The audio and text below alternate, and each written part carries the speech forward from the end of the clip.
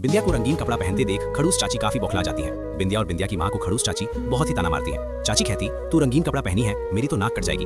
बिंदिया भी चाची को करारा जवाब देती है, कहती, मैं इंसान नहीं हूँ, मैं रंगीन कपड़ा नहीं पहन सकती हूँ क्या?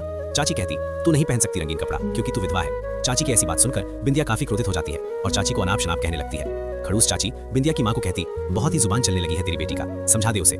माँ कहती, जाने देना, बच्ची है। लेकिन तो भी खड़ूस चाची बिंदिया और बिंदिया की माँ को काफी ताना मारती है। चाची के मुंह से ऐसी बात सुन बिंदिया काफी दुखी हो जाती है और माँ बिंदिया को तसल्ली देती है। रात को बिंदिया की माँ बिंदिया की चाचा से बिंदिया की दूसरी शादी करवा देने के लिए कह रही थी कि तभी चाची की मिर्च जैसी जुबान फिर से बोल पड़ी। फिर से खड़ूस चाची बिंदिया की माँ को ताना मारने लगी, कहने लगी, विधवा की दूसरी शादी नहीं होती है, तेरी बेटी की भी दूसरी शादी नहीं होगी।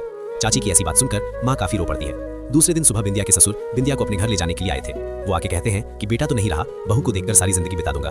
बिंदिया की माँ उनसे बिंदिया की दूसरी शादी करवाने के लिए बात करने जा ही रही थी कि तभी वो खड़ूस चाची बीच में बोल पड़ती है और बिंदिया की माँ को वो बात कहने से रोक लेती है।